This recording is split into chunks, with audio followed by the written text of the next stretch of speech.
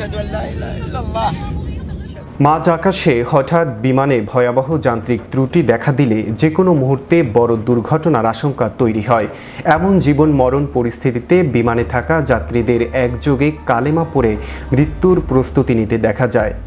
ভিডিওতে পরিষ্কারভাবে দেখা যায় যে চলন্ত বিমানের কেবিনের ছাদের উপর থেকে একের পর এক অক্সিজেন মাস্ক নিচে ঝুলছে এবং ছাদের প্যানেলের কিছু অংশ ভেঙে বা খুলে পড়ে গেছে। সামাজিক যোগাযোগ মাধ্যমে ছড়িয়ে পড়া এই ভিডিওটি মূলত ইথিওপিয়ার একটি অভ্যন্তরীণ ফ্লাইটের বলে নিশ্চিতভাবে জানা গেছে।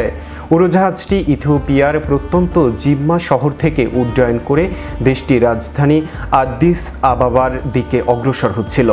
যাত্রার এক পর্যায়ে হঠাৎ করেই উড়োজাহাজে মারাত্মক যান্ত্রিক ত্রুটির কথা জানতে পেরে বিমানের ভেতরে থাকা সাধারণ মুসলিম যাত্রীরা অত্যন্ত ভয় পেয়ে যান এবং সমস্বরে পবিত্র কালেমা শাহাদা পড়া শুরু করেন।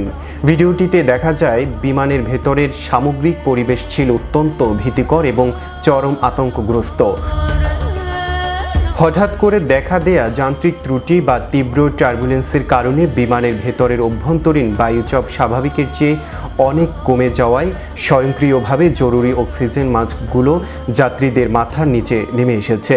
এমন এক ভয়াবহ ও চরম জীবন মরণ পরিস্থিতিতে বিমানে থাকা যাত্রীরা নিজেদের মহামূল্যবান জীবন বাঁচাতে সৃষ্টিকর্তার কাছে শেষ মুহূর্তের আকুল প্রার্থনা করছেন। অনেকেই কোনো উপায় না দেখে অত্যন্ত উচ্চস্বরে বারবার কালেমা পড়তে শুরু করেন। বিমানের ভেতরের এমন হৃদয় বিদারক দৃশ্য দেখে সাধারণ মানুষ ব্যাপকভাবে আবেগাপ্লুত হয়ে পড়েছেন। নেট দুনিয়ায় অনেকেই মন্তব্য করেছেন যে মানুষের জীবনের যে কোনো কঠিন বা বিপদের চূড়ান্ত মুহূর্তে একমাত্র প্রকৃত আশ্রয়স্থল ও ভরসাস্থল হলেন মহান আল্লাহ। বিপদের এই চরম মুহূর্তে যাত্রীদের আল্লাহর প্রতি এমন অবিচল বিশ্বাস ও আকুলতা দেখে বহু মানুষ অশ্রুসিক্ত হয়েছেন। এই ঘটনাটি আবারও প্রমাণ করে যে বিজ্ঞান ও প্রযুক্তির চরম উৎকর্ষতার যুগেও মানুষ কতটা অসহায় এবং শেষ মুহূর্তে প্রকৃতির সৃষ্টিকর্তাই একমাত্র সহায়।